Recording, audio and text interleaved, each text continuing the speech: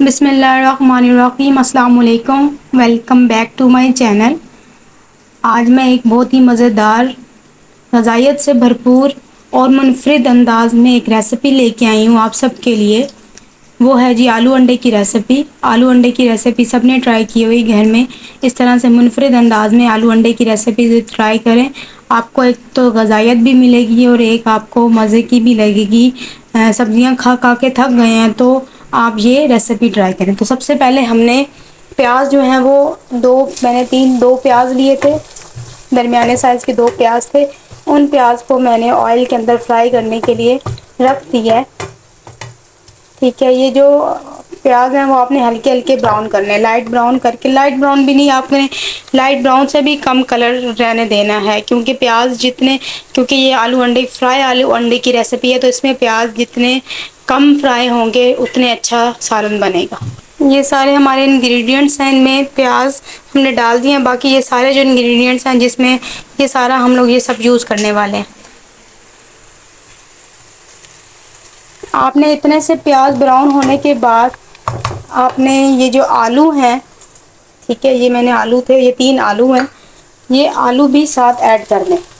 ये इसलिए ऐड करने हैं क्योंकि आलू जो हमारे इतने जल्दी फ्राई नहीं होते, तो इसके लिए हमें पानी डालना पड़ता है।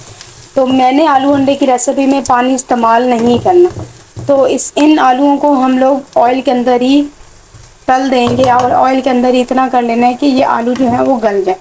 तो हमने पानी के बगैर बनाने हैं, पानी को ज़रा सा भी पानी नहीं ऐड करना है। इसलिए प्याज हल्के से जैसे ही ब्राउन होते हैं तो आपने आलू डाल देने।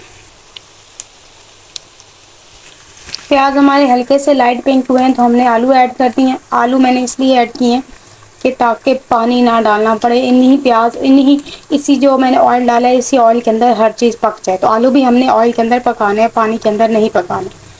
तो आलू जो है वो जब तक फ्राई हो जाते हैं तब तक हम लोग इसको छोड़ देते हैं। ऐसे ही साथ साथ प्याज भी जो है वो लाइट ब्राउन हो जाएंगे। प्याज का कलर जो है वो ब्राउन हो गया और आलू भी हमारे काफ़ी हद तक जो है वो पक गए हैं। ठीक है, आलूओं का कलर चेंज हो गया। तो नेक्स्ट हम ऐड करेंगे टमाटर।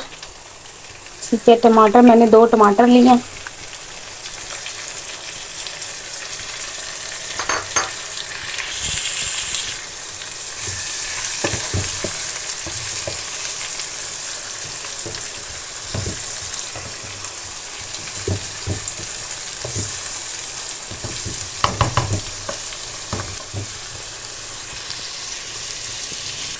हमारे टमाटर जो है वो जब तक गल नहीं जाते तक हमने कोई भी मसाला नहीं डालना।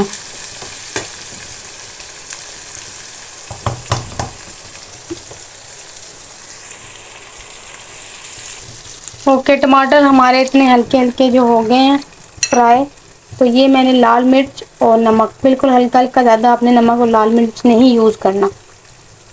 ठीक है, अब हम इसको ज़रा पका लेंगे।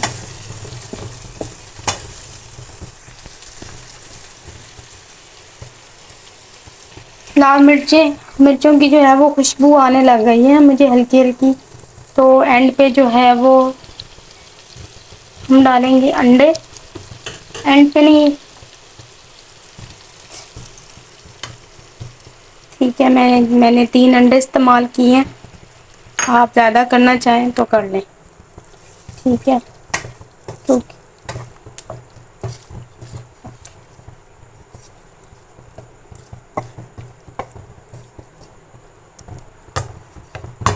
बिल्कुल मैंने लो टू मीडियम फ्लेम पे ये सालन पकाया है।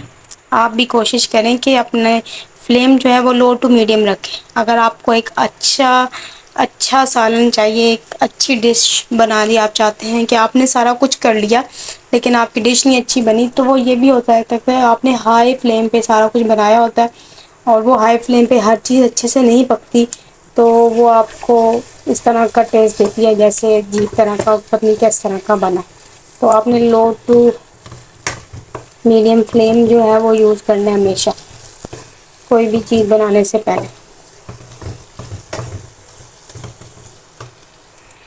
हमारे जो आलू अंडे की भुजिया है वो बिल्कुल रेडी हो गई है। ठीक है, ओके, और हम इसके लिए गार्निशिंग के लिए ये धनिया और सब्ज़ मिर्चें इस्तेमाल कर लें। और ये मैंने थोड़ा सा लेमन इसके ऊपर निचोड़ लेना है, लेमन से आपका एक अच्छा टेस्ट आता है। ठीक है, लेमन एक पूरा लेमन लिया और मैंने इसके ऊपर निचोड़ दिया। तो ये जी हमारी जी आलू अंडे की रेसिपी है। उम्मीद है कि आपको पसंद आई होगी और ज़रूर घर में टिप ट्राई करें।